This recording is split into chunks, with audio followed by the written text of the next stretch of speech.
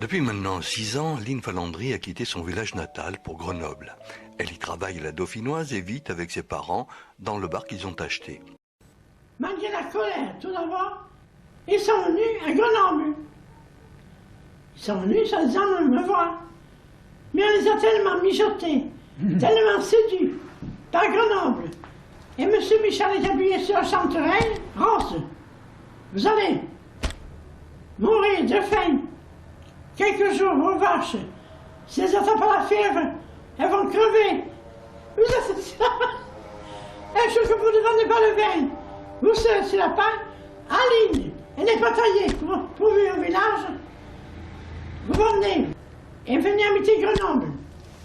Ils ont mis les vies en métayage, et alors ils m'ont écrit de trouver, en attendant un commerce, de trouver un appartement. Oui.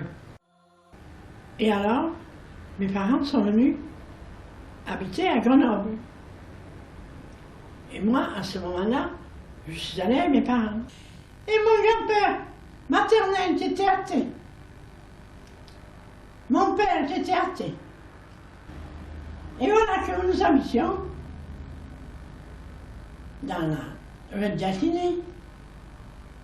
Il y avait donc un certain Louis Delany qui habitait au 4e étage. Ils étaient des bigots, des gens d'église. Ah bon? Le père, Désiré Dagany, né dans les Hautes-Alpes au Glésil en 1875, était chauffeur de locomotive à la compagnie de chemin de fer PLM Paris-Lyon-Marseille. Veuf, il avait épousé en deuxième noces Anaïs Belot, de 2 ans sa cadette. Née dans l'Isère à la Buissière, elle a mis au monde 3 enfants, dont un mort à 1 mois. Désiré n'a que 43 ans quand il meurt en 1918 de la grippe espagnole, Madeleine a 13 ans et Louis 10 ans. C'est un très bon élève. Le directeur de son école écrit « Sa conduite est exempte de tout reproche, tant au point de vue de la politesse et des bonnes manières que du langage.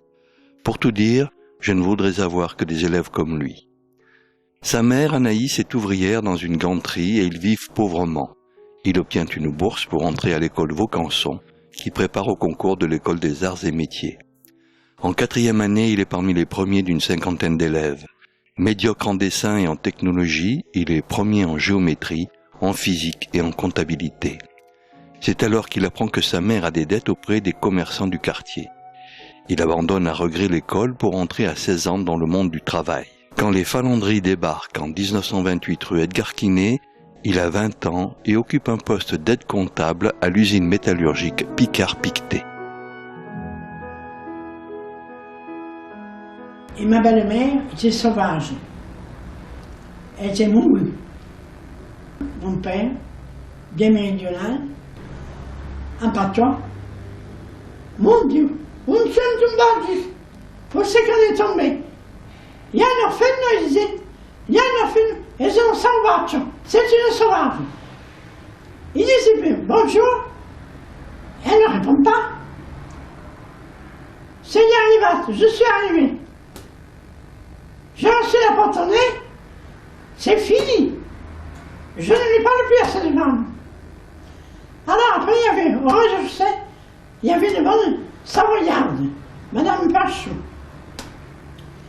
qui aimait rien, elle aimait bien mes parents. Alors mon père lui a raconté de ses Dagany. Oh, ils ont dit, nous l'appelons la mule.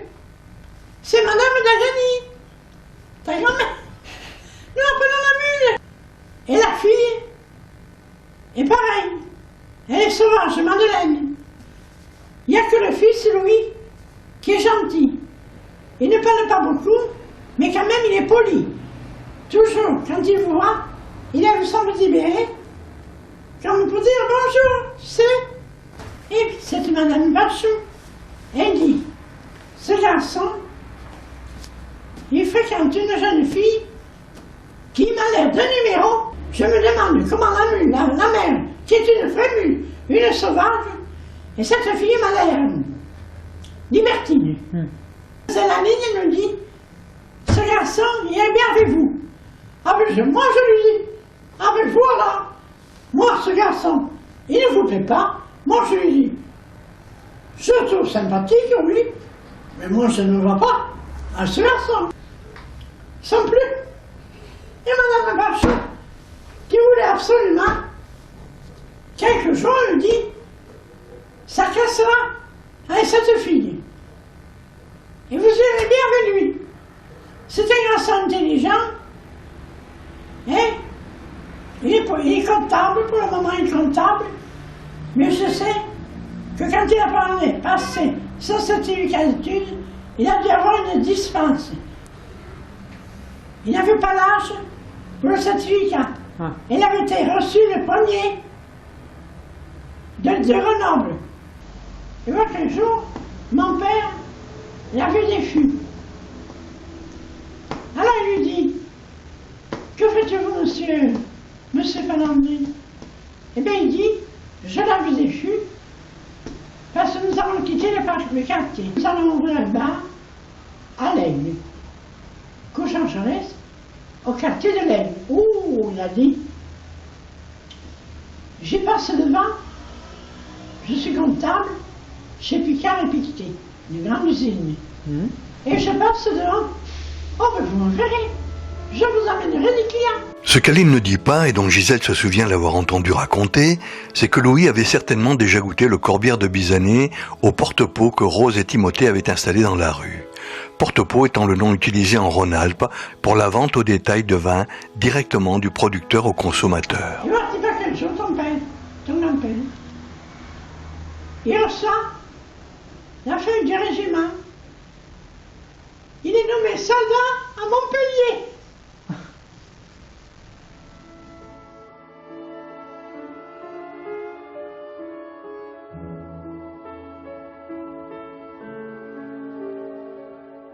Mais nous verrons plus tard les aventures amoureuses du fils d'Agani pour revenir à la carrière d'Aline Falandry après sa folle expérience de serveuse au casino.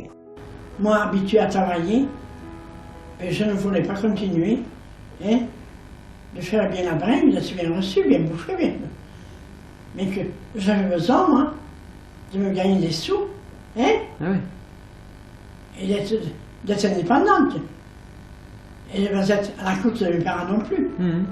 C'est alors que l'incontournable père Michalet la présente à un ami originaire lui aussi de l'Aude, tenancier d'un bar tabac, mais ancien comptable à la Dauphinoise, une grande usine spécialisée dans les boutons pour la ganterie et les petites fournitures métalliques. C'est là qu'elle fait une entrée prometteuse. Alors, on avait besoin de quelqu'un pour l'échantillonnage. C'est-à-dire, toutes les pièces qu'on faisait dans l'usine. Il fallait suer les cartons, les coudre, faire une présentation pour les voyageurs qui allaient visiter les clients ou les grosses boîtes pour faire connaître la marchandise. Alors, en même temps, ça m'avait appris à connaître toutes les pièces qu'on faisait dans l'usine. Et ça côtoyait les bureaux, il y avait les dactylos, le directeur commercial, le directeur général et le directeur technique, les trois directeurs. Et je leur avais été sympathique à tous les trois. À tous les trois. Il ne faisait que... Il ne croit pas que je me flatte. Il est intéressé par le compliment de Mademoiselle Falandry. J'étais Mademoiselle Falandry. Avec les Y à la fin, comme Zagani. On ne t'arrête pas des loges. Alors monsieur était fier. Il était fier. Tu sais, il me disait, que tu l'as rattrapé avec tous les toits. Tous les toits ne tarissent pas des loges. C'est une jeune fille très intelligente. Nous ferons quelque chose d'elle. Par la suite, elle deviendra quelqu'un d'important ici. Alors, je suis donc restée là. On m'a déjà donné un bon mois. Ensuite, monsieur Hugues, il est allé tenir après ce bureau de tabac. Et tous les samedis, il voulait que j'aille à Fontaine pour les aider au bureau de tabac. En plus? En plus? Ah oui. Alors il me gardait, je me radine, il m'a fait bien lire. Avec un tas de bouquins qui me donnaient la. J'étais la chouchou. Et ma mère, elle, habituée à son commerce, n'allait pas continuer de faire cuire Les pommes de terre, c'est plus là. Ma mère, c'est plus. Il fallait que l'argent, voir du monde, les clients, rentrer de l'argent, le commerce. Voilà. Alors, avec M. Chalet, pas de problème. Le père Chalet, tout en continuant avec son vélo, de rentrer vendre ses bonbons, ses jambons, ses saucissons, acheter des cafés, les installer et les revendre. Un beau jour, il dégote Jean Jaurès à Grenoble. Un bar. Un bar qui était fermé depuis longtemps. Un très beau café. C'était un endroit De passage. rêvé et de passage. Alors, il savait, en connaissant ma mère, débrouillarde, commerçante, il l'avait vu faire des années. Il avait été le premier à dire, « Oh, vous n'êtes pas faite pour rester ici, vous. » Hein? Ah non. Alors, on ouvre ce café. Mes parents vont voir. Ils marchandent le prix. Comme si c'était pour lui. Là, il a pris les intérêts de ma mère. Mais il n'a pas perdu de vue quand même, hein, qu'il allait gagner quand même une pièce, à cela, hein. Pas Le fou, bon, pas le fou le bon. bougre. Alors c'est papa, mon père, qui a choisi comme en tête, comme chez nous, en Languedoc, c'est le rugby qui prime. Ouais. Alors il a mis bar du rugby. On avait fait dessiner un ballon ovale.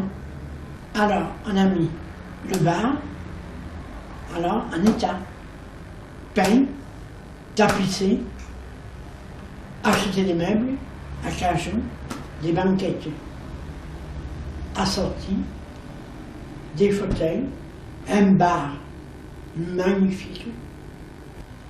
Ils ont acheté, c'était nouveau à ce moment-là, le percolateur, le café express grand, immense.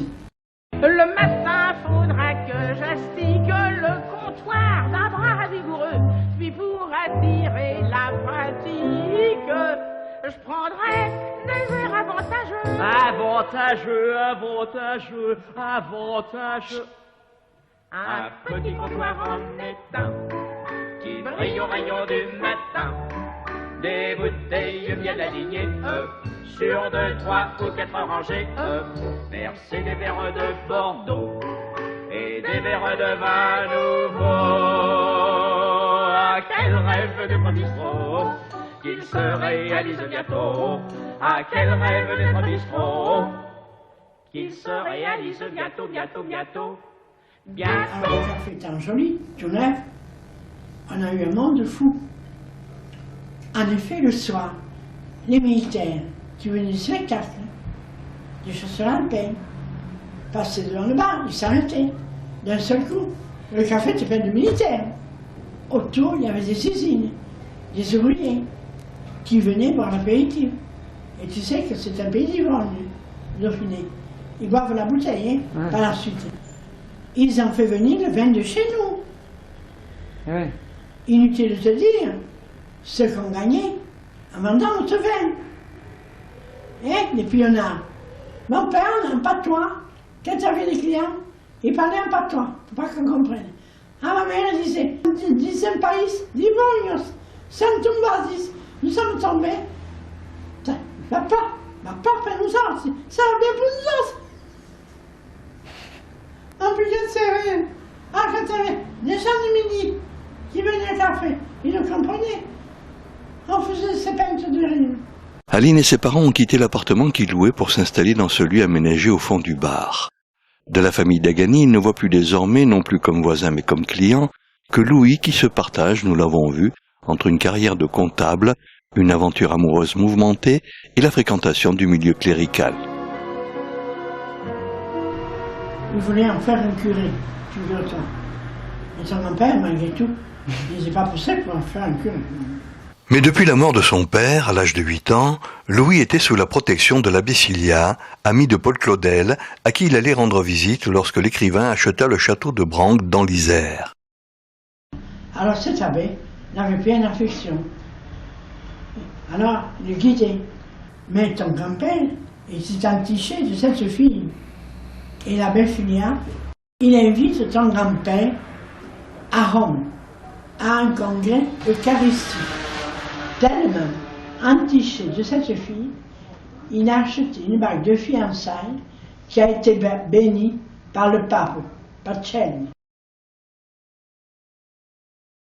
Et en arrivant, il a exigé à sa mère, à sa sœur, à son beau-frère, de recevoir, Hélène s'appelait, de recevoir cette fille. Et à ce moment-là, elle fumait comme un pompier. Chose qu'à cette époque-là, il n'y avait que les femmes de petite vertu qui fumaient. Hein? Ma belle-mère ne l'aimait pas, ni ma belle-sœur. Malgré qu'elle lui a dit, Louis, écoute-moi, cette fille est un numéro. Laisse cette fille tranquille. Tu vas partir soldat, tu n'auras pas le dos tourné, qu'elle te trompera. Qui voulait se fiancer, qui avait acheté la bague bénie par le pape, ça devait pas. Pour faire court, car l'histoire est longue, Louis, qui est militaire à Montpellier, doit partir en manœuvre en Savoie pour une longue période, et il écrit à sa fiancée, à Anaïs, sa mère, et à l'abbé Filia, pour qu'ils viennent lui dire au revoir au passage à la gare de Grenoble. La mère et l'abbé arrivent en avance et attendent sur un banc. C'est alors qu'il voit la fiancée au bras d'un autre amoureux et en train de l'embrasser. Elle s'en sépare aussitôt que le train arrive, mais il n'y a personne au train, il y a eu contre-ordre, la manœuvre est différée et Louis n'est pas là. Anaïs en profite alors pour apostropher la gourgandine. Vous avez le culot de venir voir mon fils et avoir de l'autre. Eh bien mon fils, eh bien vous ne l'aurez pas. Aussitôt rentrée, Anaïs Dagani prend sa plus belle plume et écrit à son fils pour lui annoncer la mauvaise nouvelle, celle qui devrait le convaincre de rompre sa liaison. Ne crois pas que ce soit moi qui te monte la tête. Et j'ai un témoin, l'abbé Filia. Ainsi alerté, Louis écrit aussitôt à sa fiancée pour lui demander des comptes. La réponse est cinglante. Qu'il écoute sa méchante mère et qu'elle était libre de faire à sa guise. Je regrette pour toi, tu étais gentil, mais je ne me vois pas dans ta famille. Et que ma foi, elle s'était attachée avec un autre garçon et qu'elle pensait se marier avec lui. Et ton grand-père en a eu beaucoup de chagrin. Début 1931, Louis écrit un petit poème à Linette Falandry, mais les termes « amitié sincère » marquent encore une distance. Il n'en est pas de même pour celui qui, à la même date, porte des annotations amoureuses sur le carnet de poésie de celle qu'il appelle Linon.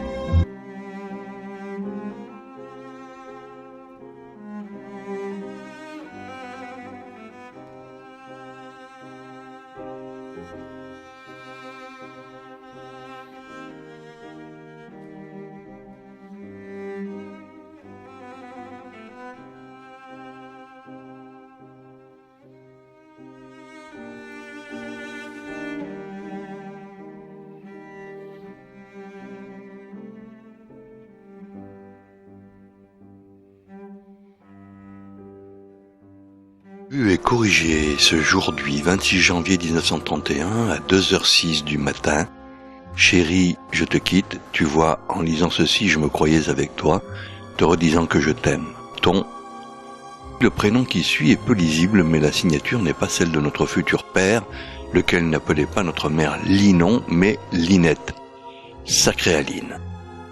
En attendant, mamie ne se souvient toujours pas de la fameuse chanson que chantait son papa. Petite maman chérie, je l'ai fait échouer. Mais tout à coup, l'on crie, on bouge, et toute la bande joyeuse s'en va vers le marchand de petits ballons rouges. J'en veux un, maman, celui-là. Allons, tiens, prends, petite folle, et tiens-le bien. Merci, maman. Tu l'as lâché, le ballon s'envole. Je devrais te gronder sévèrement. Oh non, ne gronde pas, petite mère jolie, je l'ai fait exprès, j'ai choisi le plus beau. regarde, il s'en va vers ma sœur chérie, ma chère petite sœur, qui est dans le ciel là-haut.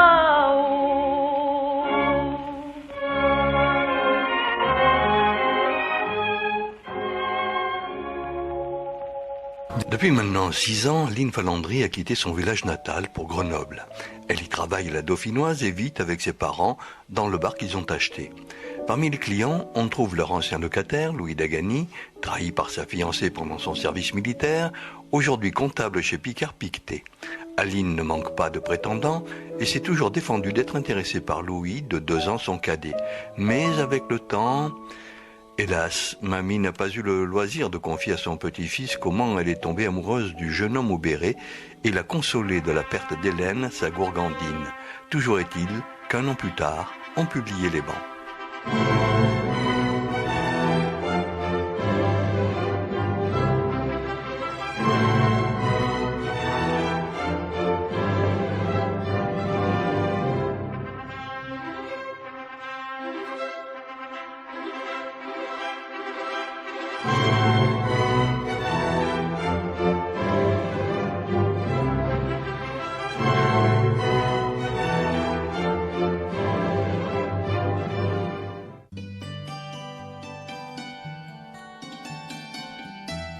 Le clan Dagany, avec la mère, Anaïs, derrière elle sa sœur, Marie Belot, épouse Calais, à l'extrême droite, Madeleine, la sœur de Louis et son mari Frédéric Bertrand, à l'extrême gauche, et puis l'incontournable Abbé Filia.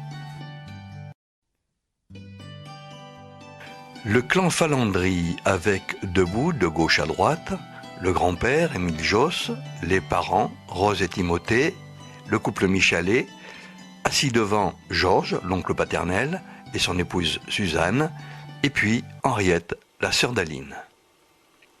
On le voit, il n'y a pas la tante Estelle, ni l'oncle Moïse, ni la cousine Anne. Avant leur voyage de noces, Aline emmène Louis à leur rencontre dans son pays natal, Bizanée.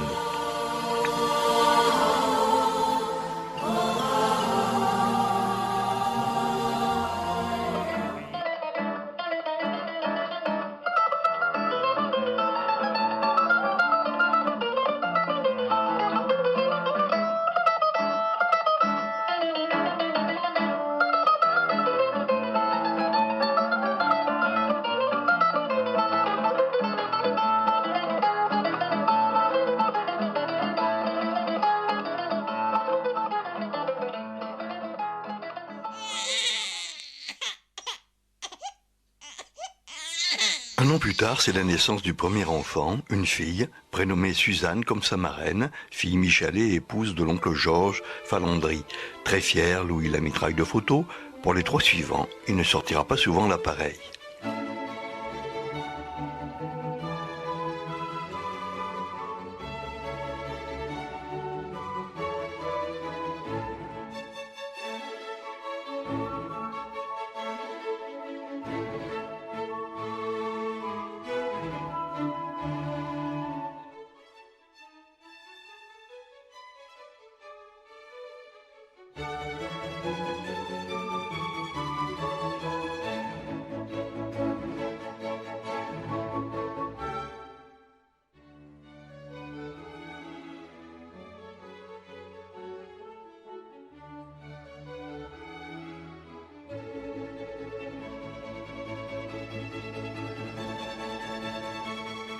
Le couple loge dans l'ancien appartement des parents Falandry, rue Edgar Quinet, et pendant qu'Aline travaille à la Dauphinoise, c'est Anaïs, la mère de Louis, qui gardera la petite Suzanne, laquelle appellera sa grand-mère Magany, mignon raccourci de Mamé Dagany. Quand elle a 2 ans, elle hérite d'un petit frère, baptisé Jean, qu'on présente à toute la famille, y compris à un lointain cousin d'Amiens, venu en visite, et plus tard à Bizanée.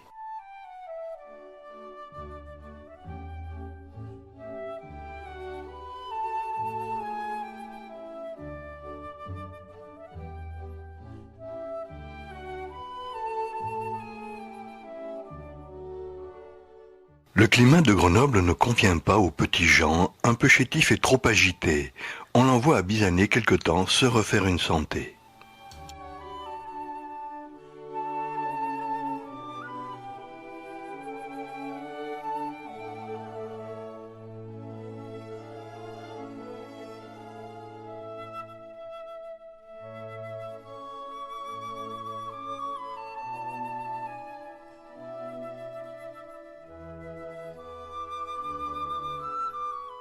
Fin 1936, Louis, comptable chez Guerre, gagne 950 francs par mois, c'est 100 francs de plus qu'Aline, contre-maîtresse à la Dauphinoise.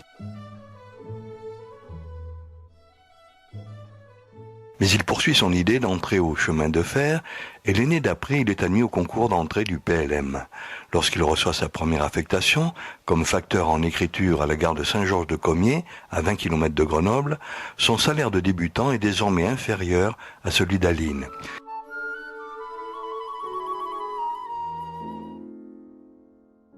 Mais, à 31 ans, elle attend son troisième enfant et doit renoncer à son travail à la Dauphinoise, devenue par ailleurs trop éloignée de son nouveau domicile. Dans la foulée, Louis suit des cours par correspondance à l'école spéciale des travaux publics.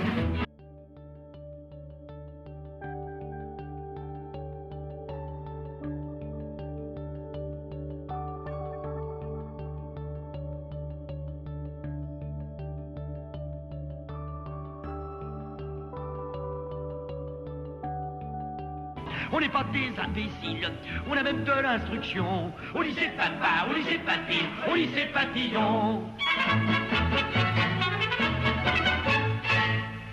À l'issue de cette formation, il est admis à en faire une autre, qui porte cette fois sur la sécurité, au sein de la nouvelle Société nationale des chemins de fer français, la SNCFF.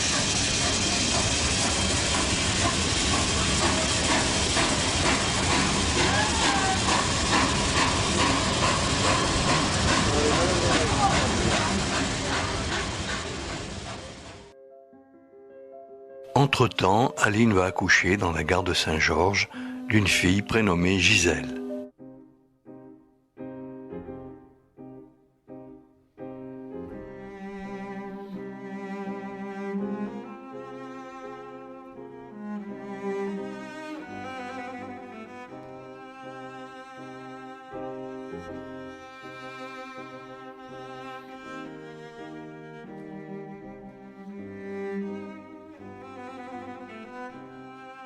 Photo prise à Bizané avec la famille Cross devant les écoles pourrait avoir été prise lors des obsèques d'Émile Josse à l'automne 38, alors que Suzanne, devant son grand-père Timothée, paraît bien avoir 5 ans. Vénérable ancêtre, déjà mal en point à Bizané, est allé mourir à Grenoble, non sans s'être excusé auprès de son médecin de village de lui avoir fait faux bond. Quelque temps avant, Aline avait eu la joie d'offrir à son grand-père le baptême de l'air dont il rêvait. Le 19 juillet 1939, on donne au dernier-né le prénom de Robert. C'est celui du cousin germain d'Aline, fils d'Henri Falandry. Il ressemble étrangement à Aline au même âge. L'importance indiscutable de cet événement est malheureusement escamotée par un fait divers banal. Und für dieses Volk wollen wir ringen und wollen wir kämpfen und niemals erlahmen und niemals ermüden und Le 1er septembre 1939, ils ont attaqué la Pologne. C'est là que l'Allemagne, dans sa première agression armée, a commencé la guerre, a commencé la mort, a commencé la misère qui devait prendre fin sur son propre sol. 2 mois pile après la naissance de Robert, le 19 septembre 1939, Timothée Falandry meurt des suites de son gazage dans les tranchées de 14-18 à 58 ans, alors que la Seconde Guerre mondiale vient tout juste de se déclarer. Il tenait le bar, comment veux-tu, avec la cigarette, la fumée, le bruit des clients qui restaient jusqu'à 200 heures du matin. C'était contre-indiqué. Il lui fallait le calme, pas de tabac, pas de fumée. Alors le pauvre, quand il venait nous voir, tu viens à la maison, papa, moi je lui disais, viens nous voir et tu restes à la maison. Et ton grand-père, mon mari, aussi. Il disait, vous n'avez qu'à rester là, restez avec nous.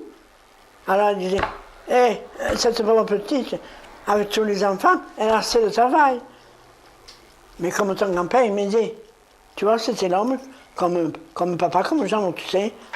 Aline est très affectée par l'amant de son père, très proche, et à qui elle doit un sentimentalisme démesuré. On chantait à ce moment-là une chanson que je pleurais, moi. Et alors, cette chanson, quand mon père l'a chantée, mais c'était beau. Elle était d'une sentimentalité. Comment veux-tu, moi qui suis sentimentale de nature. Mais je pleurais, tout le monde pleurait. Et puis mon père, en la chantant, il pleurait. Là, pas de rire. Tellement il était du sentiment. Tout le monde pleurait. Après la mort de Timothée, Rose ne pouvait rester seule dans son café.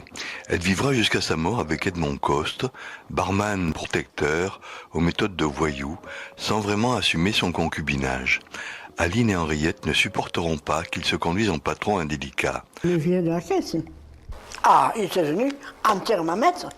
Moi, la fille de la maison, et qui avait aidé mes parents pécuniairement, que je donnais de mon argent, que j'ai aidé mes parents. J'avais contribué à voiture, moi. Hein. Et il me foutait à la porte. Ah oui, il était chez lui, maître complètement. Pour moi, qu'il surnommait affectueusement Totoche, il fut comme un grand-père.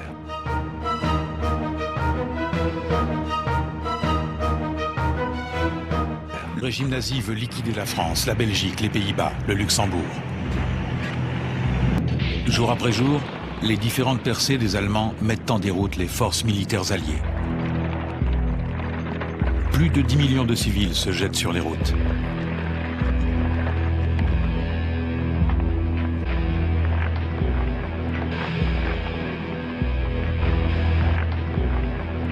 Des millions de soldats sont faits prisonniers. Les images d'un désastre à jamais cloué dans notre mémoire.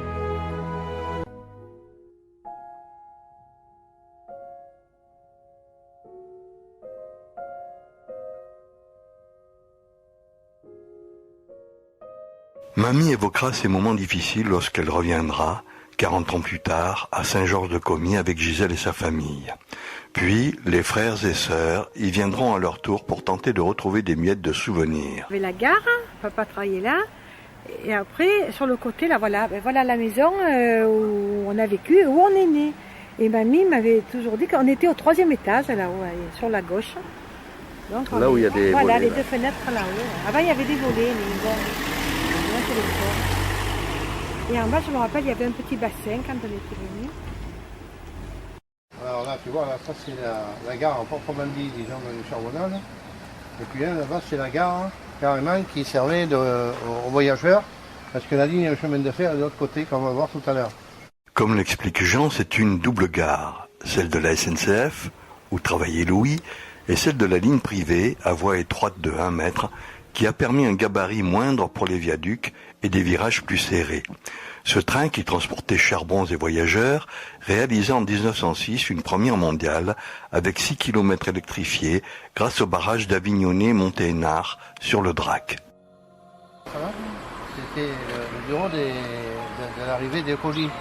Ah d'accord, oui. Papa était facteur enregistrant, c'était son bureau là. Oui. Ça c'est la ligne chemin de fer. C'est la ligne, qui vient de Veynes et qui va vers Grenoble. Voilà, oui, oui. Et ça c'était la gare. La gare.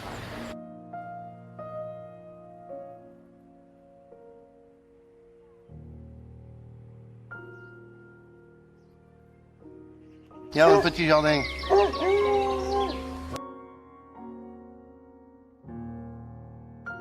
Un lavoir.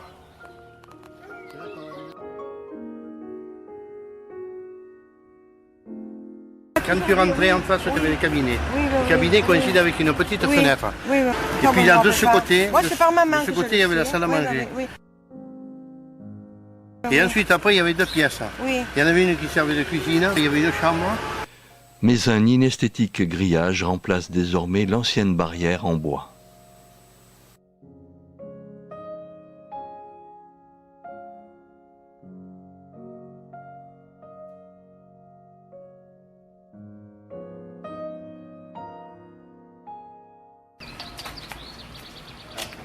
Ça, pour moi, Non, c'est pas trop le cœur, ça.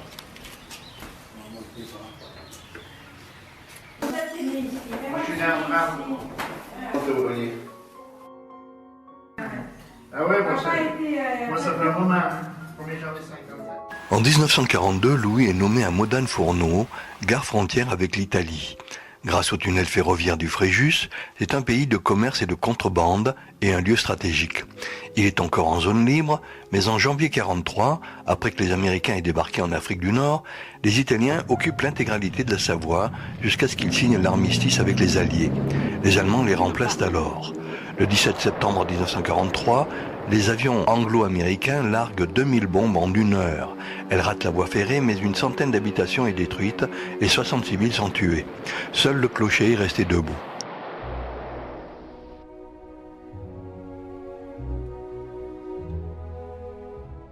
L'évacuation est ordonnée. Les 4 enfants que l'on voit sur cette photo floue devant notre cité sont mis en sécurité. Suzanne et Jean vont à Bizané, Gisèle et moi dans un pensionnat au pas de l'échelle, près d'Annemasse, pas loin de la frontière suisse.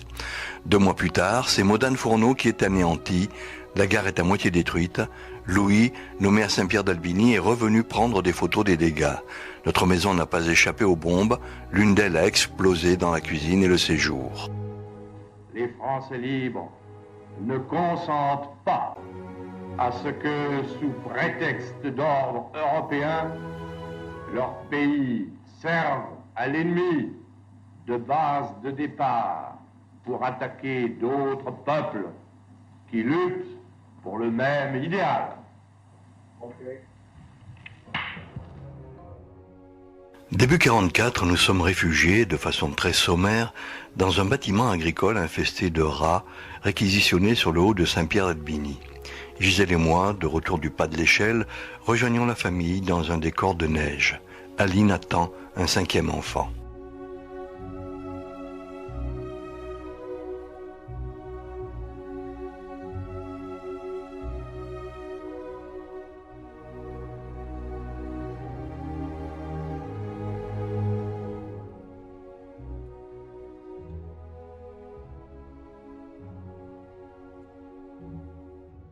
Les jeunes refusent de plus en plus de partir en Allemagne pour le STO, le service de travail obligatoire, et entrent dans la résistance, malgré le risque d'être pris, torturés et fusillés.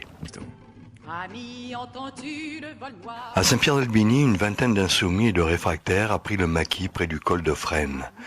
Le ravitaillement est fourni par la population de Saint-Pierre. Dès qu'il le peut, Louis part à bicyclette avec des victuailles collectées à grand-peine en ces temps de disette. Nous déménageons pour une demeure plus confortable dans le quartier dit du Péché, où Aline accouche d'une petite fille et lui donne le prénom de Jocelyne en souvenir du grand-père Josse. Malmenés, les Allemands se sont repliés sur la vallée pour amorcer une retraite. Pour leur couper la route, les maquisards de la compagnie Joubert descendent du massif de la Bauge qui domine le village. Un échange d'artillerie nous oblige à rester enfermés pendant 3 jours dans notre cave.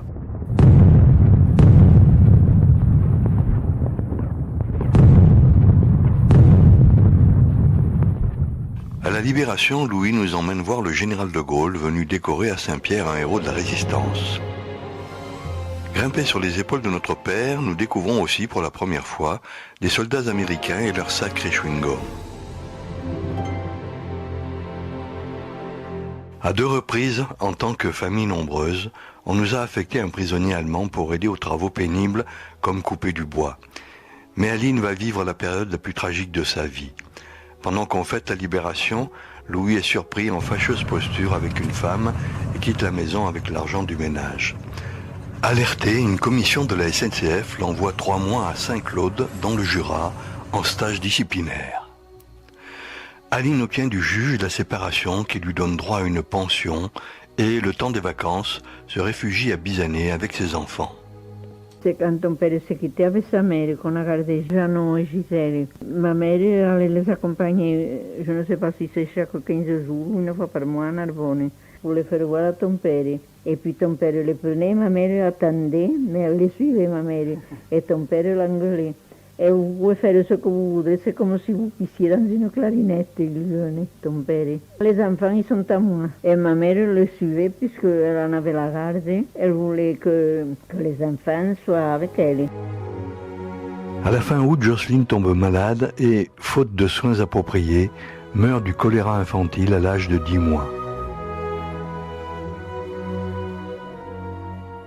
Et après, ma mère l'a fichée à la porte quand Jocelyne est morte. Ta mère est tombée raide, elle avait le couteau que la fille de Louise. Louise, elle lui a sorti le couteau. Elle voulait le tuer à ton père. Ma mère lui a dit, allez, fichez-moi le camp, partez. Aline vit alors à Grenoble avec Suzanne et Robert et cherche un prêt pour acheter un commerce et refaire sa vie. Mais Louis a décidé de revenir. Et après, c'est lui qui a voulu que Suzanne fasse la communion à la maison.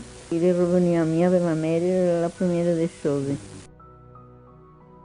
On devine sur cette photo floue de la communion prise en juin 1946, sans doute par Louis, que la famille était au grand complet. Pour la communion de Suzanne, on a fait une grande fête. Et du monde, il y avait qu'Edouard en plus et Irma, Henri de Bordeaux et Michel. Et l'oncle Georges et tante Suzanne. À l'Henriette, elle dansait, l'agriculture, la cavillade. Et elle a été à la communion de Jeannot aussi. Et après, pour la communion de Jeannot, alors il y a eu qu'Edouard et Irma. Louis, rétrogradé, est nommé à Tencin, dans une petite gare de la vallée du Grésivaudan, entre le massif de Beldonne et celui de la Chartreuse. Le village est célèbre pour son château classé qui abrita Madame de Tencin, mais aussi pour son curé, l'abbé Calès, peintre et musicien réputé, qui eut l'honneur d'enseigner le catéchisme à Gisèle.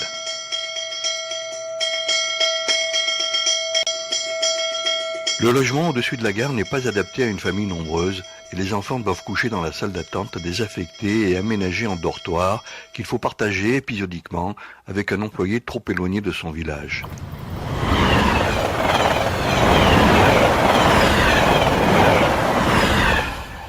Suzanne, qui va au lycée à Grenoble, n'y vient que les fins de semaine. Ici, elle pose avec Gisèle, Robert et les filles du garde-barrière.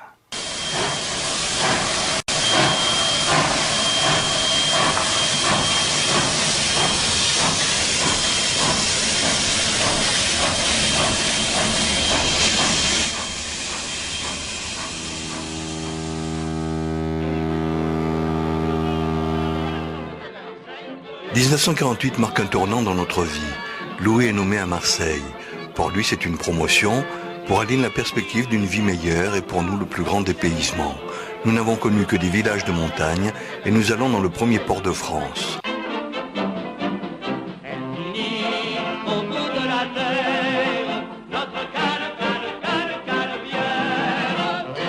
C'est d'abord la déception. Nous sommes dans un quartier d'usine, les savonneries empestent et on ne voit pas la mer. En revanche, les 3 étages grimpés, nous découvrons un appartement spacieux, équipé, excusez du peu, d'un WC privé.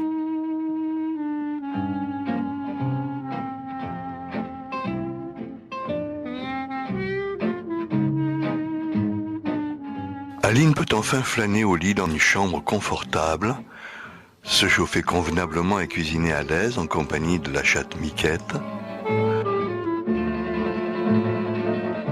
se laisser aller à une sieste réparatrice devant la radio ou dans un canapé complaisante aux facéties du photographe. Décorer une vraie salle à manger où elle peut recevoir dignement son cadeau de fête des mères. Elle ira à la découverte de la ville et posera volontiers devant les photographes de rue avec ses filles, ses fils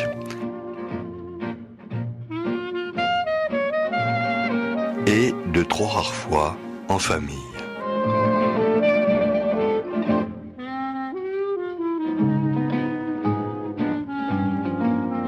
Nous avons enfin de quoi recevoir la famille et les amis, qu'ils viennent de Grenoble ou de Bizané.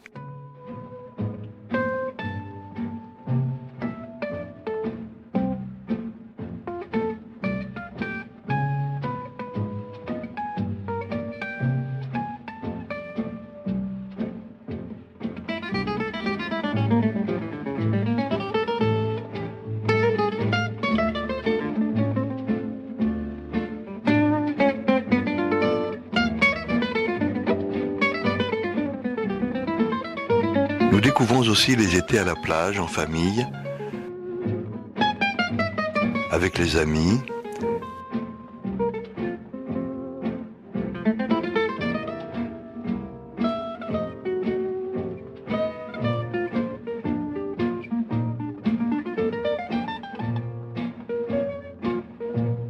ou, pour les garçons, en colonie de vacances, ici aux Sablettes avec Aline et Suzanne.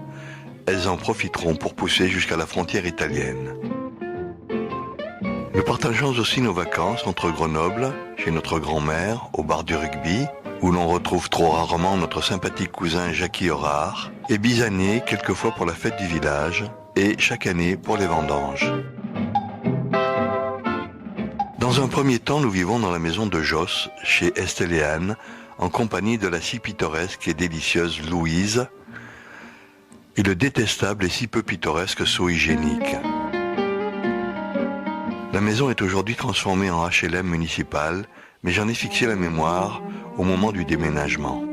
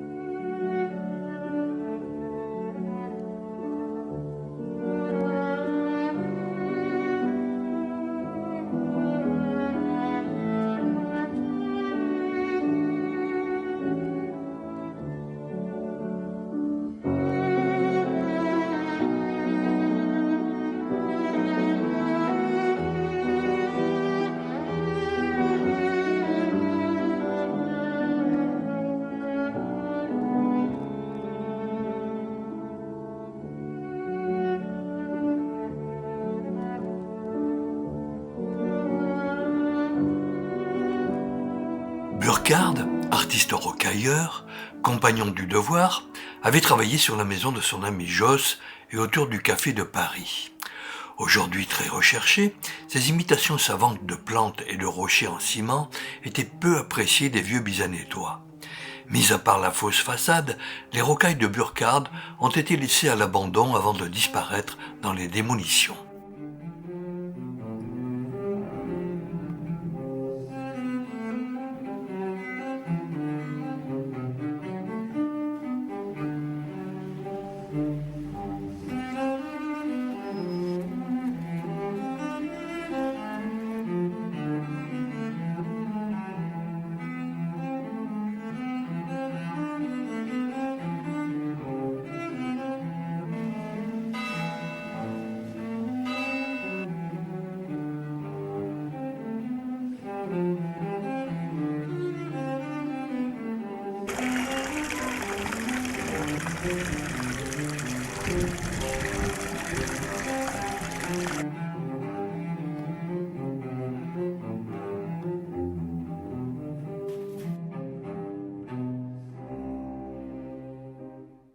Avant, avec Anne, on allait acheter le gaz, là.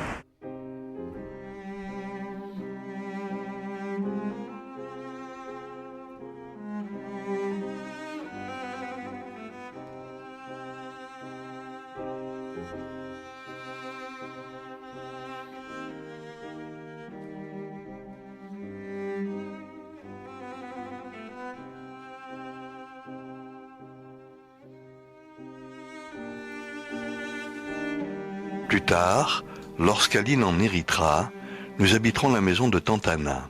Elle y retrouvera maints souvenirs agréables de son enfance, mais aussi les avantages et les inconvénients d'une convivialité villageoise pas toujours à son goût. Pendant que nous mangeons, il y avait aussi une vieille fille et sans taper. Pendant qu'on mangeait. Ouais. Elle s'asseyait, sans dire ni pardon, ni... C'était normal.